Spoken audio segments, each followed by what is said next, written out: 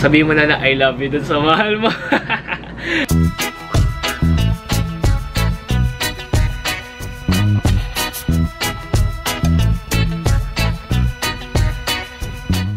Hey guys! What's up for another vlog? And hello mga Digimon! Hello guys! Hello sa mga bago dyan! So don't forget to subscribe down below for more videos. And kung di nyo trip panoorin to, edi wag.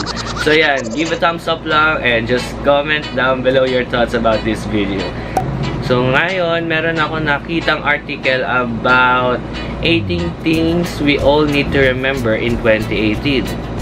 So, alam niyo naman na gumawa ko ng blog post before about 5 things to remember before mag 2018. And makita niyo sa description below, nilagay ko dyan yung sa website ko yung link. And ayun, hopefully mabasa niyo pa rin siya. Medyo hindi lang ako nakaka-vlog recently kasi medyo busy, but buti na lang nakagawa akong video kasi tinutulungan ako mag-edit ni Bonnie. Nagbabasa-basa lang kasi ako kanina ng mga articles and nakita ko tong website na to.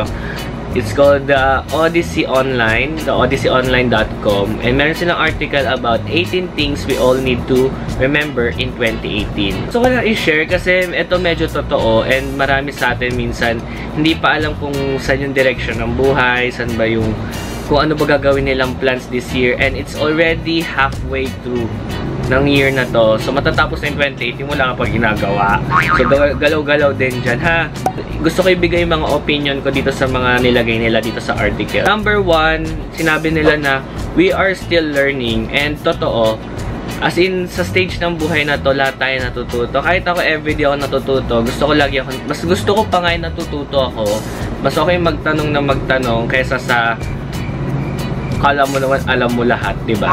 It takes time and process talaga in everything. So number 2, there is no such thing as having control over life. So tama sila. Wala tayong control sa mga mangyayari sa atin, but we can still control ourselves to do better, to do more. I think depende siya sa perception ng tao kung gusto maging masipag or kung gusto tamad-tamad lang talaga. Number 3, communication will save you pain. Yep, it's okay to talk sa mga friends mo. Mas okay kung mag-open up ka sa kanila.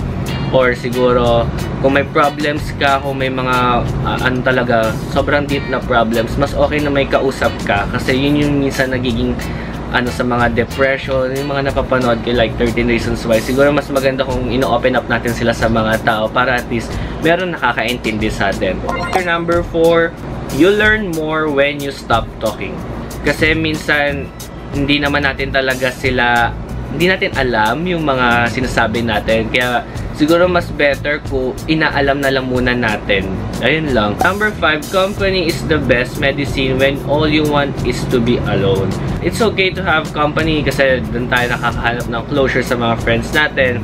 But sometimes being alone, doon tayo nakakuha naman ng sariling, parang, ano yan, me time natin, sa sarili natin. So, parang finding ourselves more. Minsan, kailangan lang natin maging alone para sa sarili natin, diba? Tama naman. Number 6 nila is, you can make resolutions whenever. You can make now, as in now na. Gawa na kayo ng mga plans nyo, gawin nyo na lahat ng gusto nyo. Yun lang yun. Number 7, you don't know when it is your last chance to love someone. Oh, may pa ganun, diba? Sabihin mo na I love you dun sa mahal mo. Number 8, naps are wonderful things. Guys, sobrang sarap matulog. Like, right now, naghanap ako ng tulog. Pero medyo nagsisisi ako kasi lagi ako nanonood ng Netflix. Pero minimake sure ko na lagi ako may 8 hours na sleep. Kasi para... And, ayun, bala na. Number 9, you are not weak just because you don't feel strong. Stay strong lang, di ba? Alam naman natin na kaya natin yan. So, number 10, the right music can fix almost any bad day. Yep. Super nakaka-relate ako dito kasi wala, natutuwa ako sa mga music ko ngayon medyo upbeat. Kaya yun, pag nasa biyahe ako, feel ko yung music, parang ako nasa music video, ganun. Pag naulan naman, talagang pang nakakaantok yung tugtog ko. Kaya okay lang yan. 11, support what you believe. Support na yan. Kung alam mo naman, kaya mo naman, go na yan. So number 12, the outdoors have a lot to offer. Yep. stay outdoors. Pero huwag masyadong magastos kasi mauubos yung pera mo. Number 13, someone needs you. Yup. Maybe ako, kaya ngayon, kailangan ako ng mga kaibigan ko kasi kailangan ko sila yung photoshoot or siguro ako kailangan ako na ganito ni client kasi kailangan ng posting, diba? So, someone there always needs you. So, may kwenta ka. Number 14, the best nights aren't planned. Yes. Yung mga best nights na yan, di yan pinaplano. Kasi usually nangyari yun sa mga with company, with friends, and yeah. Number 15, it's never too late to apologize. So kung may kaaway ka, magbati na kayo. Number 16, if having a cookie is going to make you feel better, eat the cookie. So, kung gusto mo ngayon ng Turks or gusto ka nakikrave, kumain ka na, bumili ka na. Number 17, if you're comfortable, something's wrong. So, yeah, never be contented. Parang ganun. So, dapat merong something nyo kasi ginagawa every week. Pwedeng mag-risk. Mas better mag-risk rather than maging comfortable lang kasi wala talaga mangyayari sa'yo. Number 18, the last one is you come first. Okay, so prioritize yourself, you love yourself more, and yun lang. I think yun yung pinakamahalaga dito.